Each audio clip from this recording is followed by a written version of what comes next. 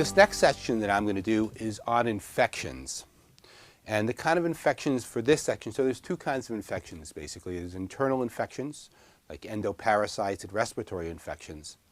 And then there are external infections, like bacterial infections, staph infections, strep infections.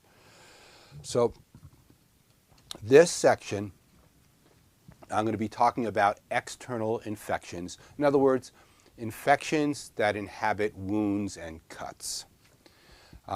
As you can imagine, infections are a primary problem in first aid.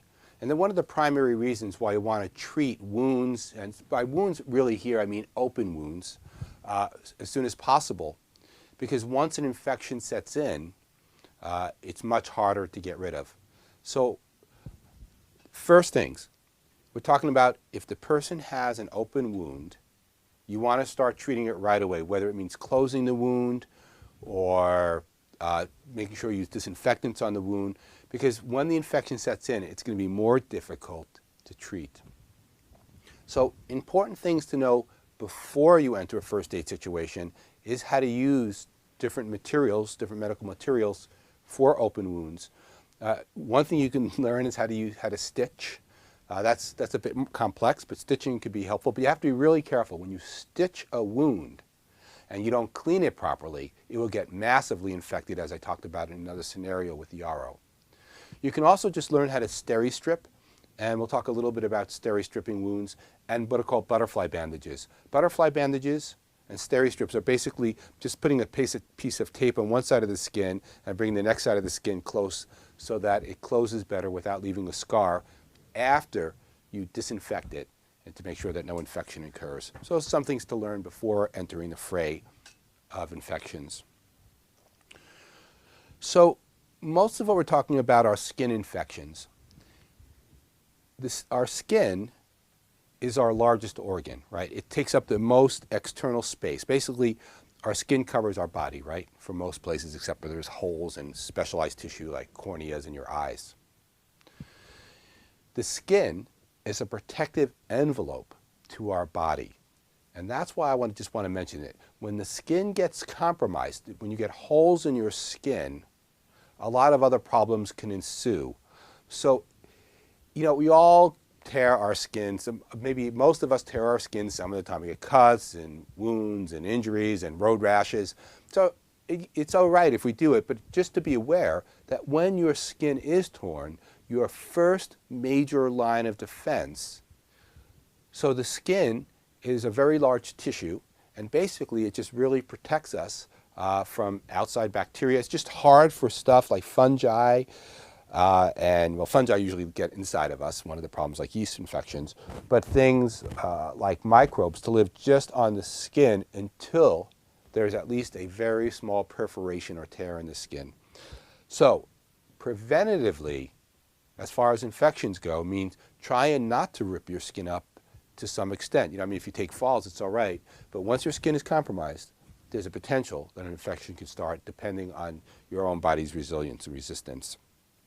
Our skin have a natural flora to them, right? So as we talk about the flora of our stomach, but actually our skin also just has this natural coating of bacteria and other organisms, and enzymes are part of the deal, that also just prevent infection from seeping into us. So basically, when you tear your skin, microorganisms such as bacteria can get into there and start wreaking havoc. Right? And so it's all just individual. Some of you will get infections easier than others, and knowing that also speaks to chronic healthcare conditions and what you can do to prevent infections long term. Which microorganisms, usually bacteria here, which microorganisms lead to infections? So what you have to worry about, what creates a situation for a microbe for getting in, has to do with the extent of the injury. For instance, burns usually leave bigger areas of tissue in order for bacteria to live in. Burns often can easily get secondary bacterial infections. This is just one example, because burns can cover a large area, so rather than a cut or a tear, you're missing skin on a bigger part of you. Plus, burns can compromise local immunity, right? So everything's working into a repair mode locally, so you can get a bacteria living in there as well. And burns take a long time to heal. So when you're thinking about infections, it's the extent of the injury.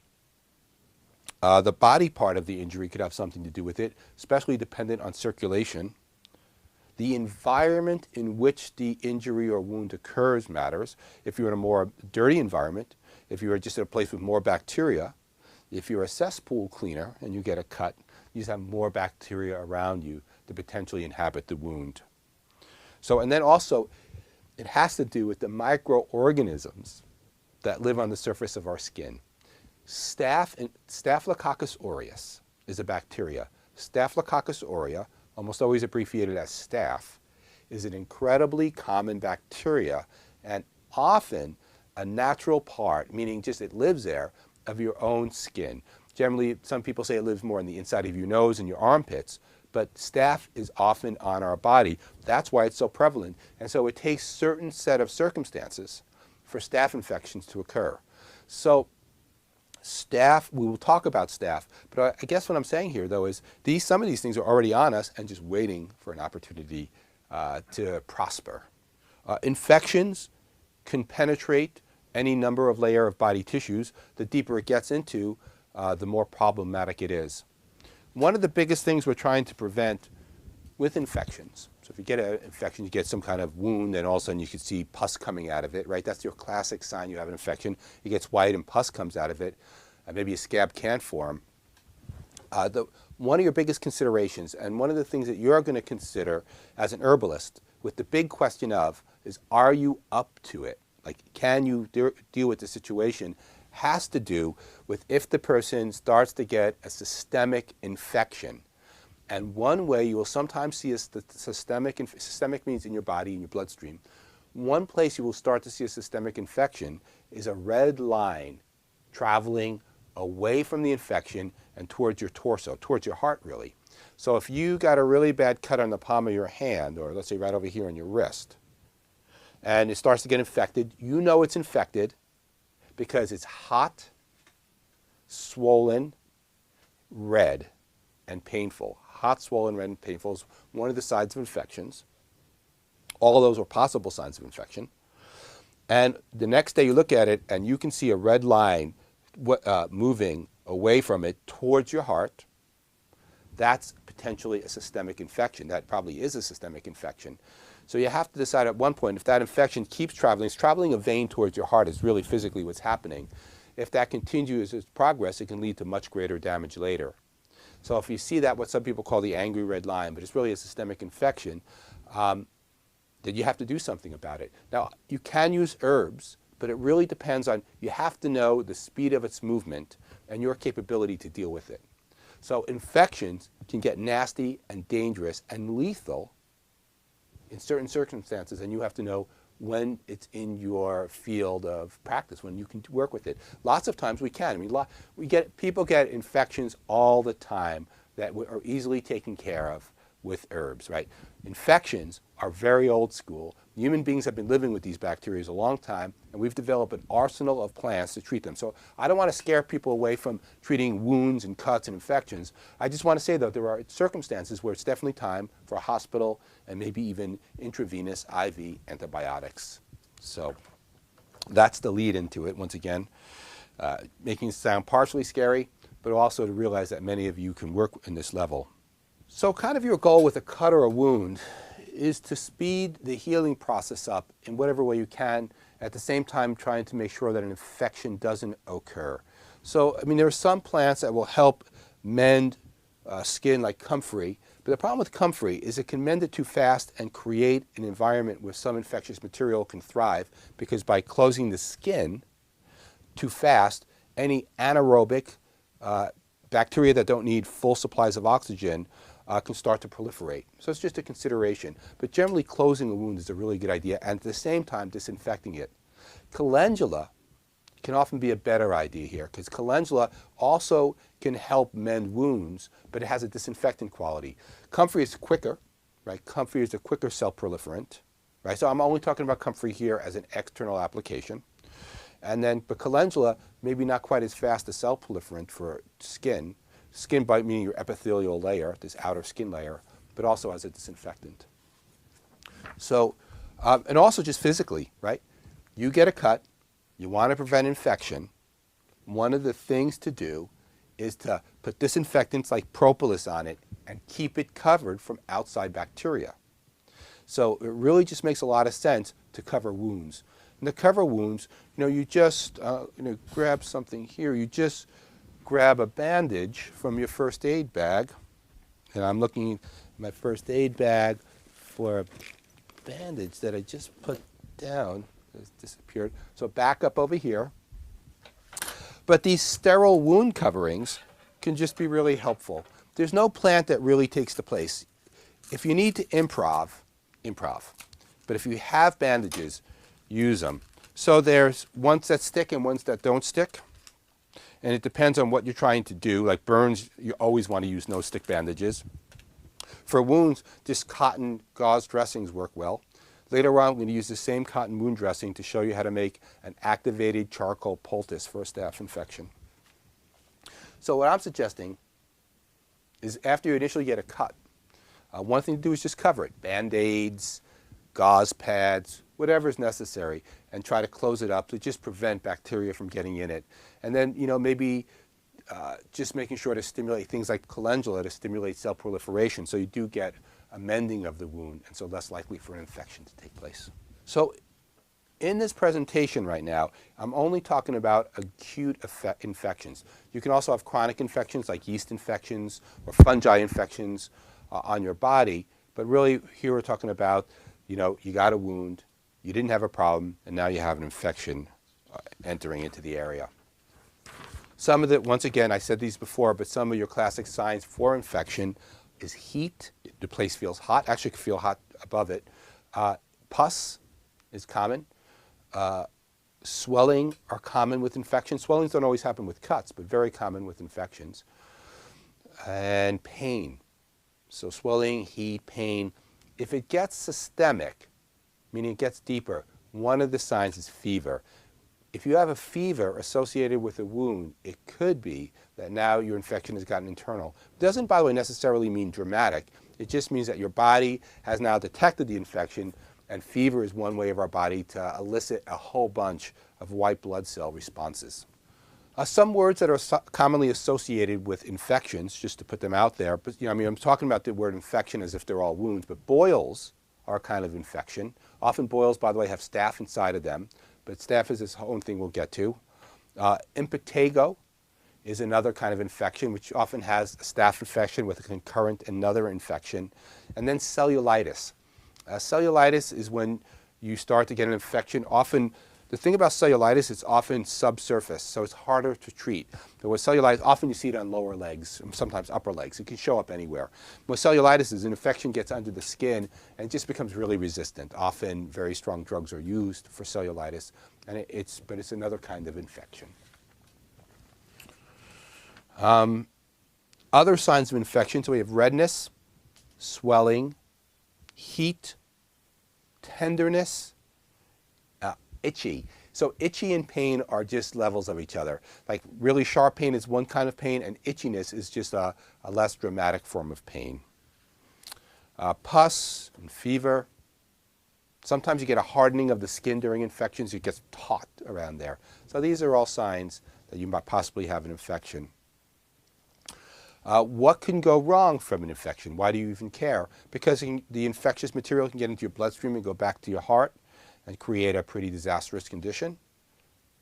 Another thing about infections is you can spread it to fellow people in your community. If you have a staph infection, it's not just you with an infection. If you hug somebody or if you come into physical contact with somebody and they have an open cut and you have a staph infection, you can spread it. You see this in places where people spread staph, but you have to come into physical contact for that. The other thing about infections is now your body's going to heal slower once the infection enters the body, and you have a chance of other pathogens actually entering and more problem happening. So I'm making it sound very dramatic. All I'm really talking about are those common things where you get a cut and they get infected. So I just want to be clear that most of us have capabilities of dealing with this most of the time. But these are some of the signs of infections. And in first aid, you get a lot of people with infections coming up to you. And I want to get a sense of approaching how to look at these things and is that an infection and how can it affect people? So I'll continue from that point. But that's my reiteration of why I even know about infections. So when to seek help for infections. The first sign is any sign that it's gone systemic. So a red line traveling from the site of the infection, and then any sign of a systemic infection. The signs of systemic infection are pretty similar to when you get a bad cold or a flu. Like, our body has a certain response to infectious material, viral and bacterial.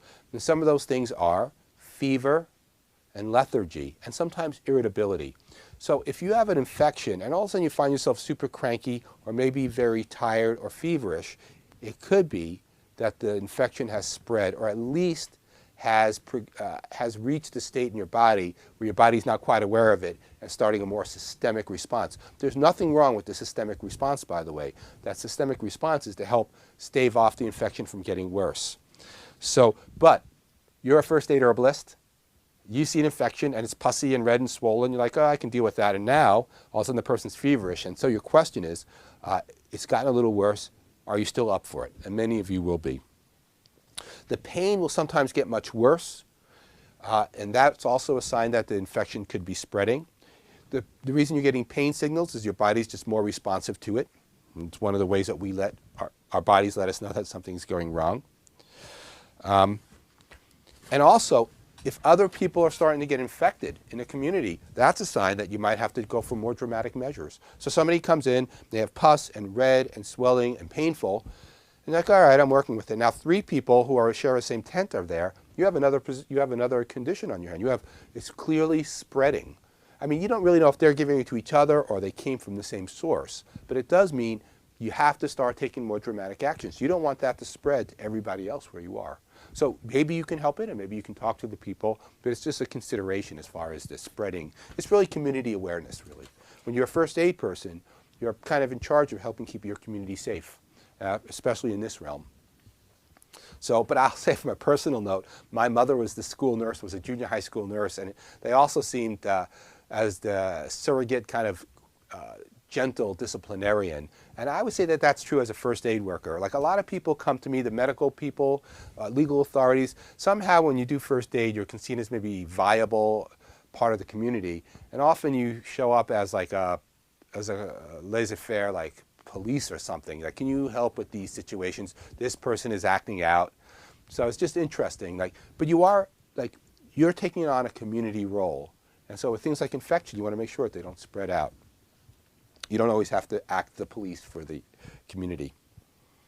So initial diagnosis and assessment of infections. So look at the wound. First, let's just examine the wound. Somebody comes in with a cut. What do you do first? You have 3 seconds. What do you do at the first sign when you're going to examine a wound? Lick it? No.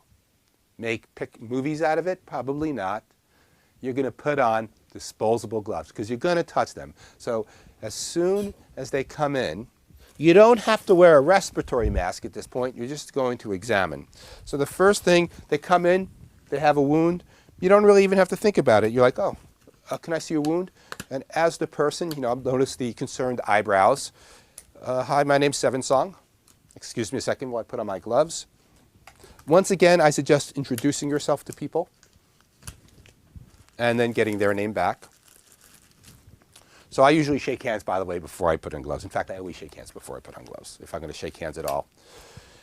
Because at this point, what you're going to do is you're going to start examining their wound. By the way, I would immediately throw these gloves out. That's, by the way, very common that gloves rip. These are not expensive surgical gloves. These come in a box for like $10 of 100. So, but they're also not the kind they use at delis. They're better made than that for food handlers. So I have my gloves on, and now I'm going to get Mario over here, and he's going to be an example. And Mario can sit in the seat. So what you're going to do is, let's say some of the most common places are feet and hands. So my gloves are on. I've already introduced myself. And now what you're just going to do is, Mario, can I see your, it's going to be this hand. It's not a whole setup role playing. And so what you want to do is if the wound was, let's say, here, right? What I'm going to do is I'm not going to hold that place, and I'm going to not hold his body too stiff initially. So I'm just kind of picking it up and holding his body, and then I'm going to look at it. Once I'm going to put my head closer to it, I'm going to actually control here. It's really important. By controlling, I just mean I'm going to have enough pressure where if Mario decides to swat me with the back of his hand, what will really happen, I mean, that's sarcastic. What can happen is that I'm looking at this and Mario, I don't see it, has a cut here. And so I'm looking at this and I press this cut and all of a sudden a bloody hand is in my face, which is something I try to avoid. So if he had a cut over here, basically this hand is here and he can't, I mean, he'd have to push up against it. And then you probe lightly into the area to try to figure it out. Just your gloves. You don't need any tools here. And this hand is holding down here. I'm probably going to use natural light. So I want to say that again. Natural light, as opposed to flashlights, is usually a much better way of probing for wounds. Natural lighting just tends to show inflammation and redness better than flashlights. Of course, at night, I'm going to use a light of some kind, an artificial light. So that's basically it. If he had a cut, then what I would do is I'd either put a Band-Aid on it. If it was something that's infected, I would explain to him about the infection. So that's it for just how to probe a wound. You know, somewhat considerate, and at the same time, just really making sure that he can't, like if I'm going in close, that I'm protecting myself by holding a hand over here and then gently probing. Just gentle, by the way, because it's going to hurt. Like if he has a cut right here and I just start pushing in like that, which is hard, it's just, I don't need to make it worse. So if I'm probing for somebody, you want to watch their face, because if I say something like, does this hurt? Right, everybody, his body language, his voice is saying it does. So there's no reason to hurt him. I mean, sometimes you need a little pain because you might have to pull something out. But it's just important when you're probing to keep your eyes on the patient as much as possible. Thanks, Mario. You have some initial assessment questions. So somebody has a cut. And they're very obvious questions, but to just state them out loud, the first is, how did it happen? How did it happen is important, because if they got bit by an animal, it's very different than they got cut by something potentially clean. But you want to know how it happened, like did they fall in gravel, did they cut themselves with a knife? The importance of this is if they said, I cut myself with a kitchen knife, and the kitchen knife had, it's just really dirty, that's just better chance of bacterial infection, because you're going to have to clean the area. So how did it happen is a good initial question. Was there anything involved in this that might have potentially caused infection? In other words, a really rusty knife, or bit by somebody, or they fell in a place that just had a lot of human waste in it.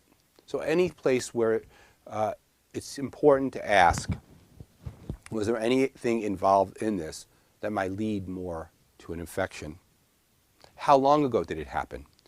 How long ago it happened becomes important because usually it takes the virulence of the bacteria takes a little while to build up. So if it's really swollen and it just happened, actually that would just be pretty unusual. So if it's swollen and red, but it happened many days ago, it might be at the end. It might have already peaked and got better. I mean, very often, our bodies are pretty well designed for many people to battle infection, right? So it might have happened. They might say, it's still infected, and it's days later. So let's say it's 3 days, 4 days later, but actually it looks much better, right? They're saying, well, it was much pussier, but I think it's still infected. I would still treat it. But knowing that it was how many days ago it happened is just helpful for me to to get a sense of how their body is dealing with it. Here's the opposite. So another scenario is somebody comes in and they have an infection and it looks terrible, and they say, I've had this cut for about 3 weeks now and it's getting worse and worse. It's infected, right? If it's getting better, it might have been infected, but the body is clearly working on it. If it's a couple of weeks old and it's infected and getting worse and worse, you know that the body is not dealing well with the infection. It means that you have to take stronger responses to deal with this infection. So when did it happen? How did it happen? Was there anything involved in this infection that I need to know, especially if it's bite or scratches from other animals? Those are all potential. But really just where they fell. If they fell in a pretty clean area, it's one thing. If they stepped on a rusty nail, there's a whole other set of considerations, such as tetanus, which is a bacteria that could create a lot of pain, potentially fatal. And then you would have to ask about a tetanus vaccine, when the last time they had one, and those kinds of questions. So some of the considerations with external infections. So there's 2 points of consideration. It's you as the practitioner, making sure that you don't pass infection onto yourself or people around you. And then there's the patients and educating them and making sure that they know how to keep themselves clean and how to prevent the spreading of infection. So I want to talk a little bit about patient awareness or patient education.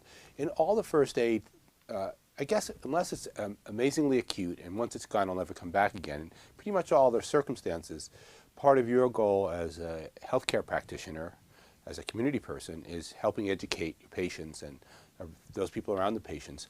Also, when you're educating people, it's important to try to avoid being condescending. And honestly, sometimes it can be hard because people, I think I've mentioned this previously, but sometimes people will say, well, you know, so what if my tonsils are swollen and I have pus coming out of my mouth? I mean, it doesn't mean I can't kiss people, can I? And you're thinking, that has no thought at all attached to it. But instead, you know, I put on that kind of tight smile, and I'll say, well, actually, it's important that you don't kiss people because you have an infection and that could spread to them and it'll go back and forth between you. So, as best you can, try to help keep folks in your community, and by community I mean wherever you are, healthy by educating the patients. So, with wound care protocols and external infections, cleanliness is king, queen, duke, and court jester all combined in one. It's really important to maintain some semblance of sanitation. Now, by clean, I don't mean we get rid of all the dirt and dust. A lot of my first aid situations are outdoors, and there's trees and plants and dirt, things that I all love. But what I mean is that the wound maintains, and the field around the wound maintains reasonable sanitation. So just helping the person learn how to wash, especially if they're going to change their own bandages. Probably they will at one point. So it's important to keep the wound itself clean, meaning not letting dirt get in there. If they wrap a bandage on them, if you have a bandage on them, that bandage has got to stay clean. If that bandage gets really dirty, so if let's say they're somebody who's just really helpful, so you're working at a music event, somebody gets a bad arm cut, but they're somebody who's really like a stage manager or something, and they have an important job and they're a considerate person, but they're just working all the time, and you see them, and the bandage itself is just really very dirty, like full of dirt, you know, not just a light smattering of dust on top of it. It's just important to teach them that at that point, you know, then you have to change your bandage. And then, so it's changing the bandage, taking it off. The next thing is, if they touch their own wound, which they should, to play with to clean, it's important that they wash their hands with soap and water afterwards. That's all you need. So basically, if they have an infection, unwrap the bandage, throw that bandage away safely. Same thing for you, right? When you unwrap a bandage, if there's an infection, or if there's any disease in the blood that's important to be aware of, that bandage goes into medical waste, and then you're going to rewrap it, and after that, whoever is doing the touching, right, the wrapping the bandages to clean the wound, those hands get washed thoroughly with soap and water. Remember that one place that infection lingers, and you know this because if you get animal scratches that get infected, is underneath the nail bed. So if you really are worried, if you're touching folks a lot and you are getting stuff underneath your nail bed, there are fingernail brushes, and they're important. Well, you can just soak your fingers. There's things you can do. Just be aware that your hands could become a contaminated field. It's not very good for a patient to have that, but they might have limited contact with people. You, on the other hand, are going to be working with sick people, so just make sure you wash regularly, especially after touching infections on people. Or if you just find random infections floating in the air and you touch them there as well, you will then have to clean your hands afterwards. So when you're talking to your patient, help them understand the importance of sanitation. Show them how to wrap a bandage. Show them, you can give them, I mean, it saves a lot of time. You can give them the bandage making materials. You can give them the gauze. We'll talk about how to wrap a wound soon. The gauze, the wrapping material, the tape. Show them how to do it. You know, as you're doing it, you know, as you do it on them, this is the tightness you approximately make it. This is how the bandage lays here. And that way they can do a good job themselves. And then talk to the importance of cleanliness if they're going to do that. So cleanliness, and let them know that they're possibly contagious. If they're not contagious, you should let them know that too. I mean, if they just have a cut, they have no disease in their blood that can spread to other people, there's no real reason for them to worry about. In other words, here I am constantly saying it's important for the patient to understand that they're contagious. It's also nice if the patient realizes that it's not a complex problem and it's not contagious, so they don't have all these considerations, but just keep the wound clean to prevent infection. Treatment in stages. So the pre-treatment, so if you know that you're prone to getting cuts and your cuts get infected, it's important to consider avoidance of how to cut yourself.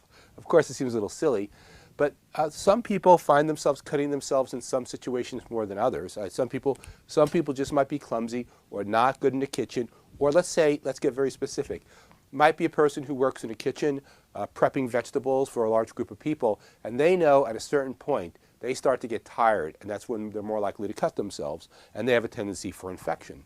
So it's just, you can just say, here you just say, at a certain, by 5:30 at night, it might be important. You could switch jobs, so you can switch to whatever part, keeping a campfire going or whatever other aspect, so that you don't, you lose your klutzy period at a point where you might cut yourself and potentially get infected. I keep using the word cutting here. There are people that sometimes cut themselves for whatever psychological reasons, and they're often called cutters. So it's people who might take razor blades to cut their wrists or their arms. There's all kinds of reasons for that. This is not a place to address it. Those folks, of course, can still get infections. But I'm not talking about groups of people that call themselves cutters that purposefully inflict wounds on themselves for the various reasons people do that. So I'm really just talking about unintentional cuts. During the course, so treatment, after somebody has cut themselves that has a potential infection, basically your treatment strategies are active cleaning. So you want to constantly clean a wound. There's a couple of ways to clean a wound. Part of it depends on the depth of the wound. So ways to clean the wound, first examine it, as we talked about.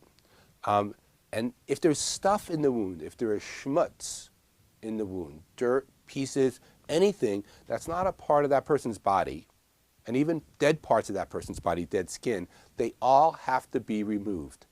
If there is stuff in the open wound, it will prevent it from healing. The longer it prevents it from healing, the more likely or the more opportunity for bacteria to enter it and create a secondary infection. By the way, this is the term secondary infection. So the wound is not a primary infection. The wound was inflicted by falling down or by cutting yourself. The secondary infection is the opportunistic bacteria, whatever organisms, to then infiltrate the wound and then create a problem. So how to clean a wound? There's a couple of ways. The problem with wound cleaning is that it could be very painful. When people have open skin, whether it's a deep laceration or a road rash, you have a lot of exposed nerve endings, and the body, as you would imagine, is fraught with sending signals to just avoid hurting that area more. So one of the questions when you're going to be washing somebody's wound, when you're washing somebody's wound, is their pain sensitivity. Because some people, you can probably take a wire brush and pour in alcohol and use it. Please don't do this at home or anywhere. But I mean, some people, you probably use a wire brush and alcohol and scrub it, and the person basically will just say, oh, it doesn't feel so good. So that's like the outside. So some people, though, are super sensitive. Like if you breathe on it, on their wound, they will start shuddering in a lot of pain. So what you want to do is find out where in the great in-between people are. Because if they're more pain tolerant, in other words, they withstand more pain, you can scrub better or just do kind of more dramatic measures to remove everything. If the person is really pain sensitive and doesn't want to put up with the pain, it might take a few times, cleaning the wound, having them relax, cleaning the wound until you get it clean. But clean you will. You have to clean the wound. So the easiest way, probably the least rough way, is just soaking it. So you can just get hot soapy water. You don't need any tinctures or medicine in here. I use these 2.5 gallon basins. I'm going to go get a 2.5 gallon basin and bring it right back. So I like to use this, I guess about a 2 gallon basin right here. It's actually very flimsy material and it'll probably be thrown out pretty easily, but you have to wash these. We'll talk about washing the basin. But these are just nice, so it's kind of deep. It's not particularly long, so some people couldn't get their arm in there. But basically just get hot soapy water in the basin. And so if they got, most commonly, cuts are on hands and feet, wrists and ankles. They're on places that just come into contact with the ground more.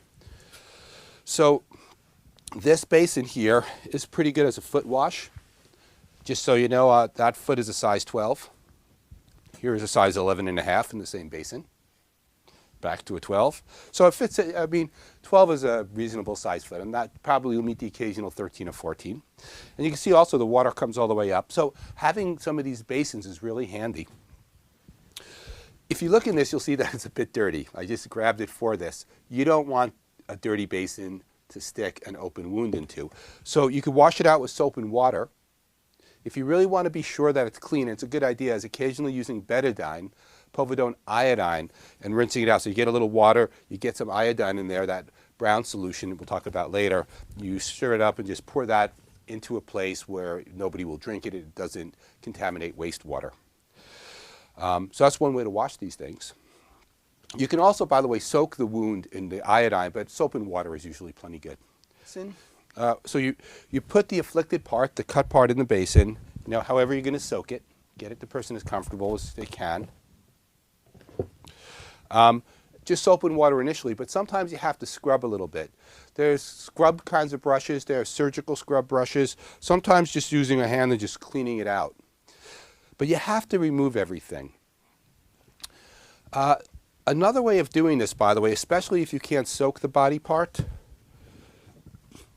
is to put a hot compress on it. So it could be an herbal compress, but at this point you can save your money about herbal medicine, just save your herbs by just using a hot compress. So basically just, you fill the basin with hot soapy water, then you put a cloth in it and you just soak it. Let's say if somebody cut themselves here, you soak the hot water here because the heat and the water will loosen some of the soil particles.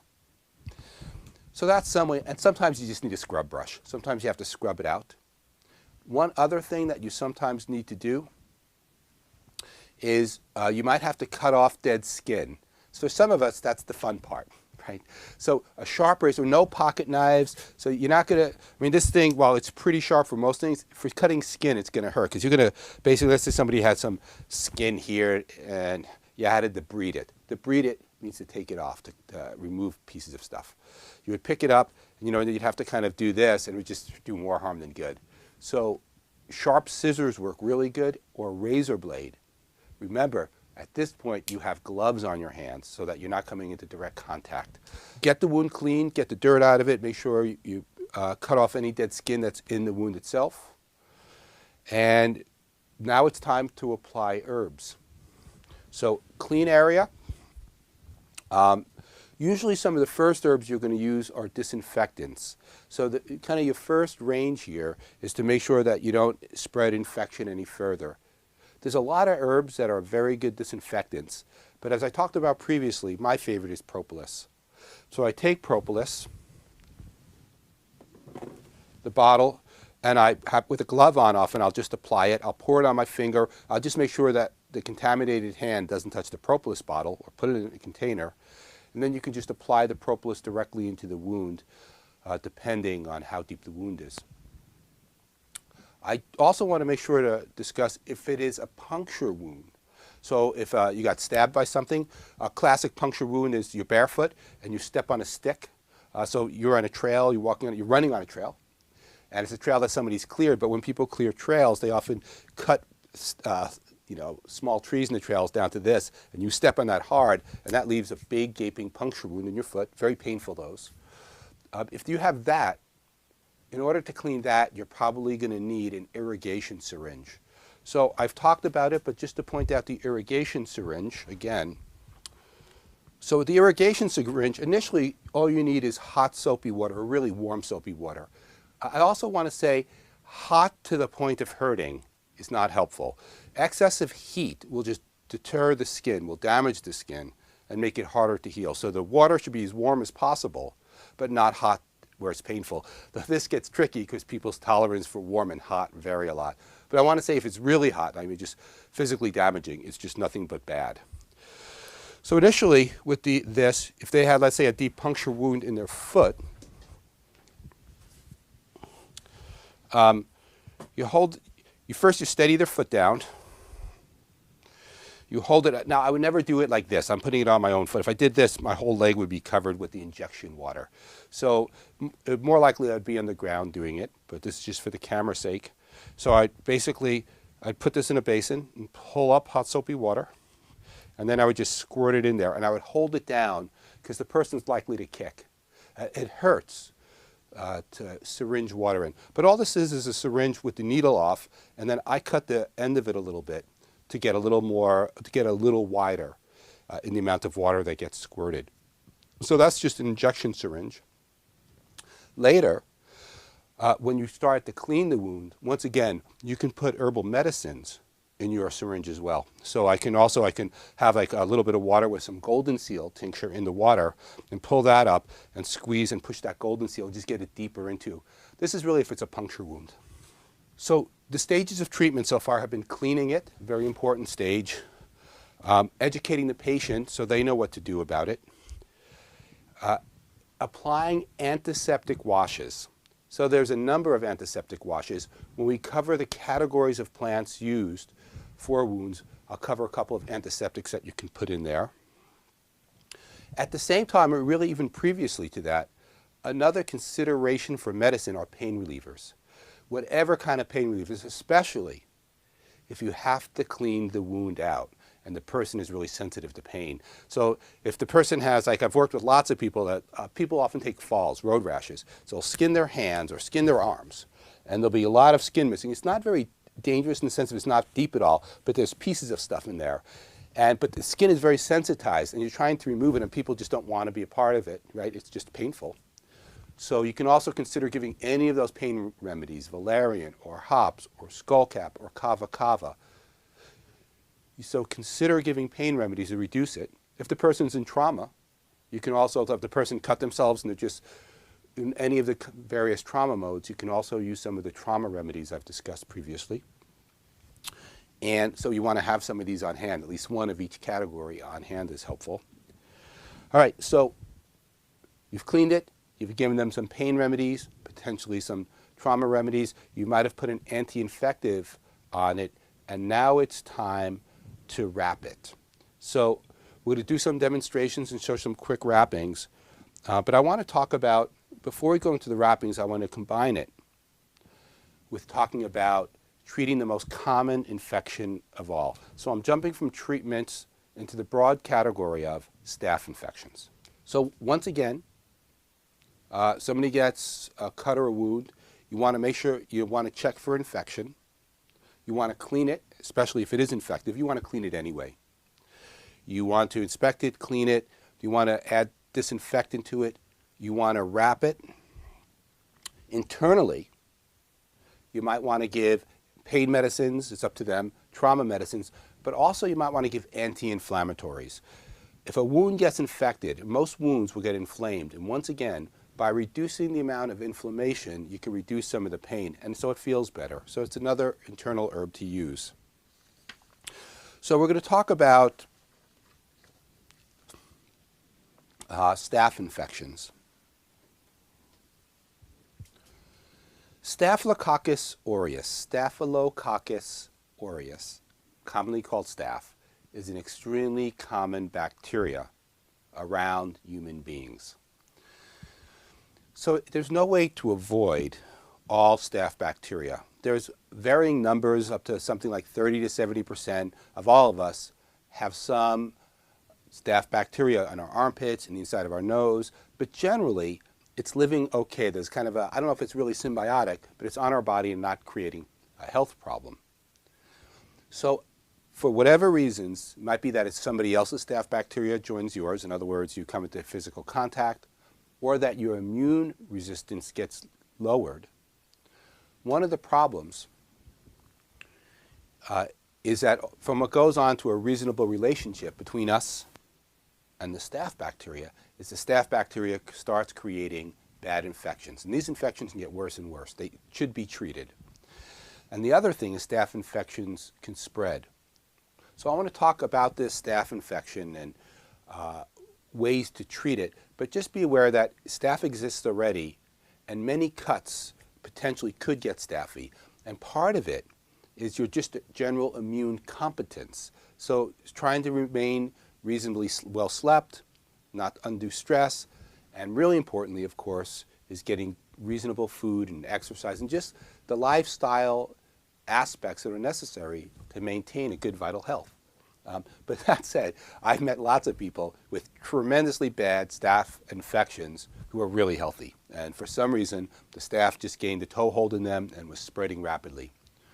So staph infections, they're very common. Any event I go to, I find some staph infections. Just to put it totally different, boils are staph infections. Impetigo in children are staph infections. So staph is really common. So your first question, in a sense, as a practitioner is, when do you have the knowledge to treat staph? Are you up to treating staph, or should it be taken to another step? Many antibiotics do treat staph infections. They're common, they're not very expensive. Skin antibiotics like Keflex is one, but there are many. So for you, your question is, are you up to treating it? So partly it's your skill. Partly it's the person and how bad the staph is and how willing they are to work with you. And also, many antibiotics that formerly treated staph, if you have a resistant staph, then it's not going to work as well.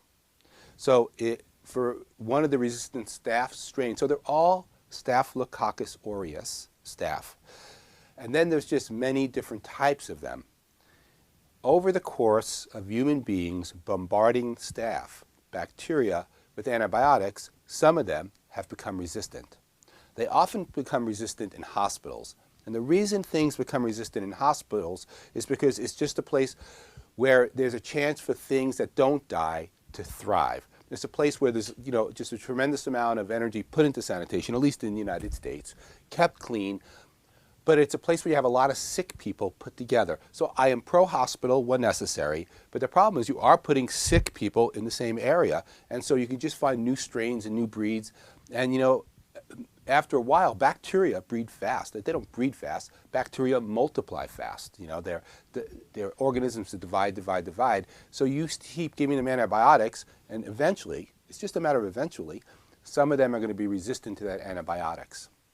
One of the drugs used, methicillin, is just one of the antibiotics, and a whole strain of staph bacteria are now resistant to it. That's called MRSA. It's often what's called a community-acquired bacteria. Often you find it, one of the places you find it is with wrestlers, and because wrestlers are wrestling on mats, and so you just get a lot of, wrestling has a lot of direct human-to-human contact, plus a lot of rug burn. It's just a place for bacteria to get in.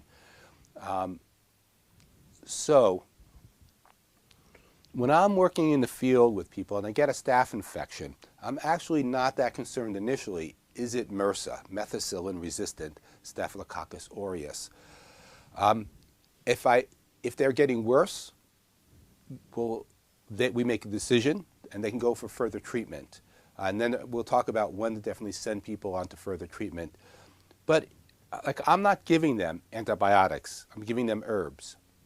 The advantage of herbs is just that they're available, they're free, I have them. They don't tend to create as much havoc as antibiotics.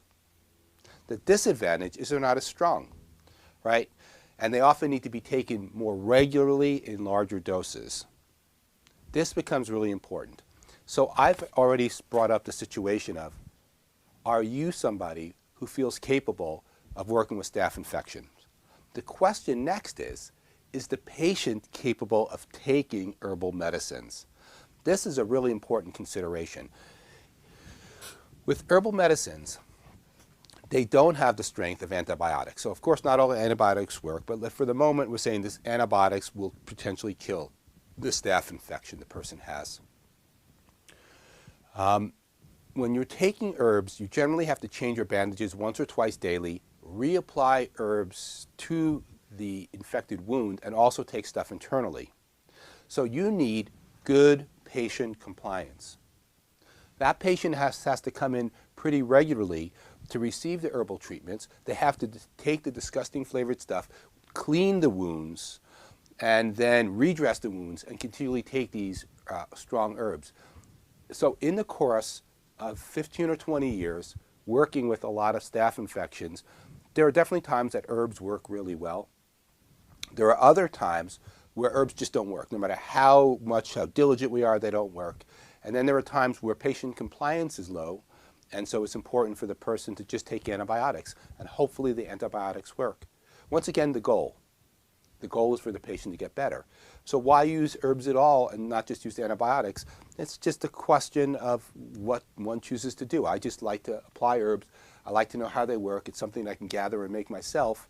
I'm not sure any is inherently better or worse. Both have good factors and negative factors associated. So I am saying that I've treated lots of staph infections with herbs. Would they have cleared up on themselves?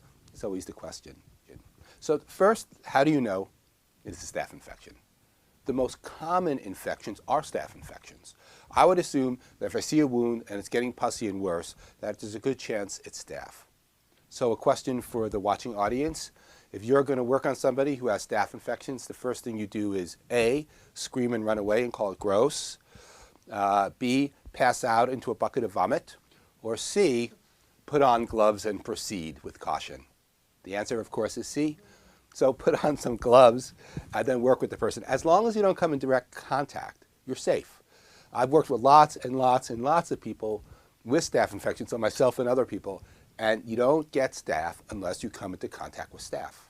In fact, if you don't have, if you don't have micro lacerations, it's also not easy to get. But it's just really easy. Like people like myself are constantly working in the dirt, and we'll even have micro lacerations where staph can get into. So what I'm saying is, wear disposable gloves and dispose of those gloves properly. So you can inspect the wound. It's going to have some of the qualities that I said potentially: redness, tenderness, pain, inflammation, and of course pus. And here's the thing that I see different in staph infections than from other infections. And what happens, there's a couple of things. All right, so before I go into that one specific thing, is with staph infections, the infection gets worse rather than better. So if you get a cut, or you get a mosquito bite, or you have a little hole in your body and it hurts you, and then you look at it a day later and it's worse, there's a good chance you have an infection. I mean, why is this wound getting bigger and more painful rather than better? Probably because something's invaded it. Potentially, it's going to be Staphylococcus aureus. It could be staph. Next, seemingly out of nowhere, more of them pop up. So you get a small cut on your wrist, and you're like, well, what is that? And it's like, it starts to be painful and tender. And like, I didn't even scratch myself there. And then next day, you're like, huh, I have one here and now one here. More cuts, painful, tender, maybe pussy. What's going on is the staph bacteria is spreading. Now, it is not spreading internally, it's spreading externally. So it's starting to colonize these open wounds. You probably had a mosquito bite or a very small cut that you didn't notice, and now the bacteria, which are ever present, are now getting into those wounds. Next, when you look at a staph wound, it often has a scab. Once you know what to look for in a scab, like a scab is basically blood and pus, and it's a coagulate form to protect the wound. It means it's a useful tool for our bodies to protect itself. But the scabs associated with stress, the scabs associated with staph infections, they have I don't have a picture. If I had a floating staph wound in front of me, I would use it. But I'm going to describe it. Basically, you see a scab, but it doesn't seem well adhered to the outside rim of the wound. It's kind of floating in the middle. And by floating, I mean kind of you can move it around with your gloves on. When you press on that scab, pus oozes. Now, I'm sure this is delightful and raising many of your appetites right now. But when you press on the scab, pus and often some blood oozes from the outside of it. That's because the staph is beneath the scab, still infecting the wound. So it's not a healthy scab. If you press on a healthy scab, your normal coagulant of blood and materials necessary to make a scab, nothing really happens. It hurts a little bit, but it's adhered to the side. There's no pus coming out. With a staph scab, with a staph wound, when you press on it, pus comes up. It's really pretty obvious. So you don't have to smell it. Actually, it doesn't smell that bad. Some wounds smell bad. Staph wounds are not necessarily that strong smelling. So you have an oozing underneath it. So basically, a staph wound looks like a cut that doesn't heal, sometimes grows a scab, and then the scab also doesn't form well. So now you have a staph infection. So what you want to do, all those things I said in the beginning, are you able to deal with it? And I would say most of you, yes, you are. We'll discuss some of the plants that you can use for it. Is your patient able to deal with it? That's a bigger question. Is it more, if they're not going to treat it, it's a community danger if they have bad staph infections, and to themselves, of course. So if they have bad staph and they're part of a community and they're engaging with people and getting involved physically with people, you can spread that staph infection. It definitely happens. It doesn't tend to go willy-nilly and all over the place. You have to have some physical contact for it to happen, but it does. I mean, I've been in situations. I just want to say, for those of you who like sweat lodges and places where there's a lot of moist heat, don't go in if you have a staph infection. It's just an easy way, because in a sweat lodge, which is kind of a small mound with a fire in the middle where people go around the inside, is that people rub up against each other, and that moist, hot air is just a good incubator for passing staph on. So just be careful in those situations. So if anybody asks you, I have staph, because some people with staph want to feel clean. And I can understand it, but if they do a sweat like that with other people, with there's blankets under it, it's just really setting up a dangerous environment for that. So, treatment of staph. So the patient says they're willing. You're going to be around them for a few days, because you need a few days to work on it at least. And you're going to start to set up the protocols for it. Initially, one of the protocols is just echinacea tincture internally. So you're working with somebody, and they're kind of, they're just reasonably average size and weight, not extreme on either end. Basically, I would suggest something like, so as an adult, with children less. With an adult, you'd probably give somewhere between 2 dropperfuls, like maybe 1 to 2 dropperfuls of echinacea every 3 to 4 hours the first day. So a reasonable amount of echinacea for the first day. The second day, the same amount, 1 or 2 dropperfuls, but maybe just 4 times throughout the day. Hit heavy with echinacea. Just keep that innate immunity stimulated. It's important here. There are other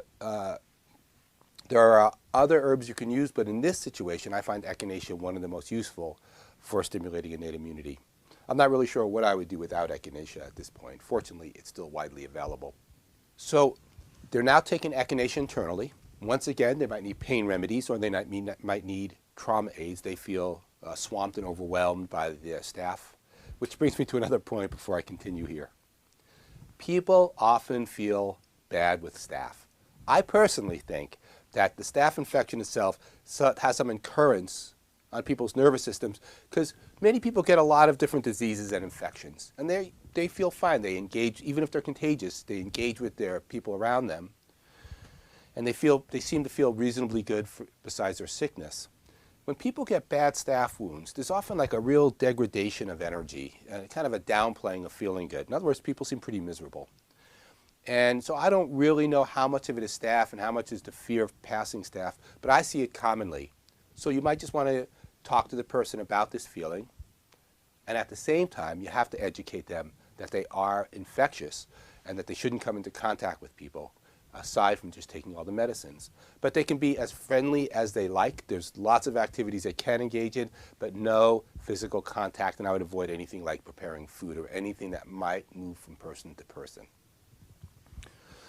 So the first step after talking to the patient is removing the scabs that are on them, because you're going to have to clean the wounds out. Those scabs don't come off that easy. I call them floaters, but they're actually not, they're not like superficial floating. They're still a little bit tethered on there. And so the best way to remove them is to just soak them in really hot, soapy water. So you don't need any herbs at this point. If it's on a part that you can put into one of the basins, that works great. You clean the basin, have them soak their body part in that, and then remove it and start to clean out the wound. You can just clean out the wound with gauze pads. You don't need any scrub brushes. It's just a matter of trying to open it up, remove some excess pus, and getting some herbs in there. So initially, you have to remove all the scabs. Now, just to put it differently, if you're doing this with antibiotics, you don't have to do this. You're just going to wrap them up, keep them clean, and take the internal substances. You're just going to take your drugs. With herbs, they don't work as strong, so you also have to work from an external viewpoint, in which case you're going to have to remove the scabs and often clean it twice a day. It can take a long time. I've been with people that have 30, 40 staph wounds, and it might take a team of students who are working in first aid an hour to work on one person and clean their wounds easily. And remember, each one of those disposable gauze pads has to make sure you put that in infectious waste. That's infectious material, that's staph. So you clean out the wounds, often with gauze and hot water and soap. And you can air them out a little bit. It's usually good to let a little air get in there. And then you're going to start applying herbs internally, as well as doing external application. So you can give the people stuff to take internally, and you're also going to apply external applications. So the main first external application I'm going to use is an activated charcoal poultice. I'm going to show you how to make an activated charcoal poultice, which is useful for staph. And it's also useful for things like venomous bites from like spider bites and other kinds of wounds. So right now I'm going to show you how to make an activated charcoal poultice, and then you can use it for a wide variety of stuff.